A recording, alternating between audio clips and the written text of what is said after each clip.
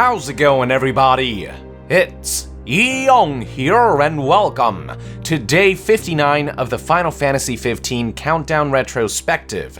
Before you proceed, I highly recommend you check out day 60, in which I detail Square Enix's announcement of Final Fantasy XIII, the beginning of a decade-long journey. In this video, I'll be talking about a couple of new screenshots that released throughout 2006 that offer the general public a first glimpse at what many consider to be the most intriguing title out of the three Fabula Nova Chrysalis games Square Enix announced during their pre-E3 2006 press conference. After the announcement of XIII on May 8, 2006, the general public would see more of the game a month later on June 6, 2006, which was when website Famitsu released a batch of new screenshots of the highly anticipated title. For many of you watching this video today, these screenshots may not be all that compelling, but keep in mind that at the time, XIII's trailer had only been shown to those who attended Square Enix's pre-E3 2006 press conference, so it was mostly people from the press who had seen it. The general public had not seen the trailer yet, and these screenshots were brand new at the time. So let's go through each screenshot and talk about what they revealed about the game at the time, starting with this one. This was the very first time that the general public got to see Final Fantasy XIII's logo, and while the title XIII has now been changed to 15, the overall design of the goddess in the background has remained the same after all these years, save for maybe some adjustments in coloring and hue. Obviously, we know now that the woman in the logo is a depiction of one of the game's goddesses, but at the time, there was zero information on who she was. Moving along, we have this poster-like image showing Noctis sitting on his throne wielding a classic Final Fantasy-style greatsword. Much like the woman in the logo, the protagonist's name at the time was also a complete mystery, so while I may occasionally use the name Noctis throughout this video, make note that nobody knew of this name back in June 2006. The only big hint that this image provided was that the protagonist might be a king or play some type of kingly role. Next, we have two new screenshots showing us a close-up of the mysterious protagonist. Nothing all that noteworthy here other than the character's crimson red pupils and his fabulous dark blue hair.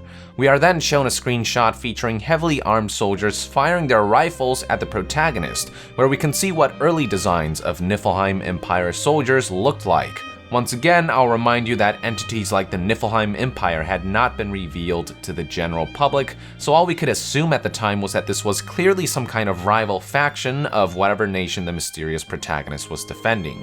The image also shows a blurry cityscape in the background, which provided viewers a glimpse of XIII's modern setting and environment.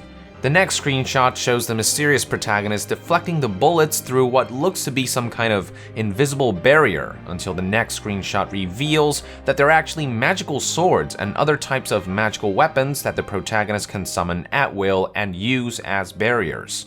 Finally, for Famitsu screenshots from June 2006, here is an image showing a glimpse of one of XIII's cities. Looking at this today, we know that this is Insomnia, the capital city of the Kingdom of Lucis, but again, at the time, facts such as these had yet to be revealed to anyone outside the development team.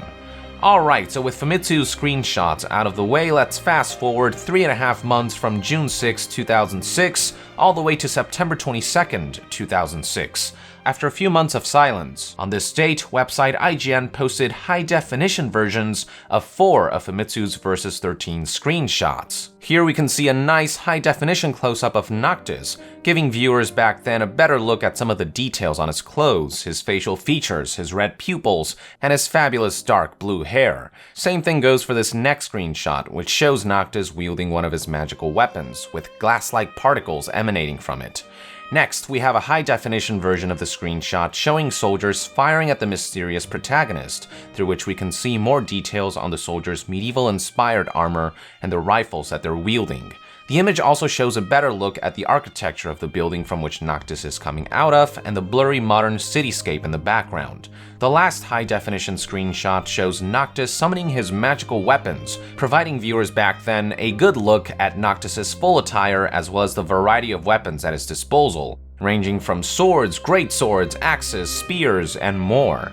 Again, this might not be all that exciting looking back at it from today, but keep in mind that at the time the general public had not seen the trailer and had only seen 2 low-resolution screenshots from IGN back when the game was first announced on May 8th, 2006. So every new glimpse at the highly anticipated title, no matter how small, was a big cause for celebration back then. Fortunately for the general public, they would only have to wait a month and a half before Versus 13's first teaser trailer would be released to the general public, but that's a topic for the next Countdown Retrospective. So with that, I would like to end Day 59 of Final Fantasy XV's Countdown Retrospective. Thank you for tuning in. Let us know in the comments below if you have any memories from 2006 about Versus 13 that you'd like to share with us, and to be further updated on all things Final Fantasy, stay tuned right here on Young Yeah. I'll see you guys next time. Yong out!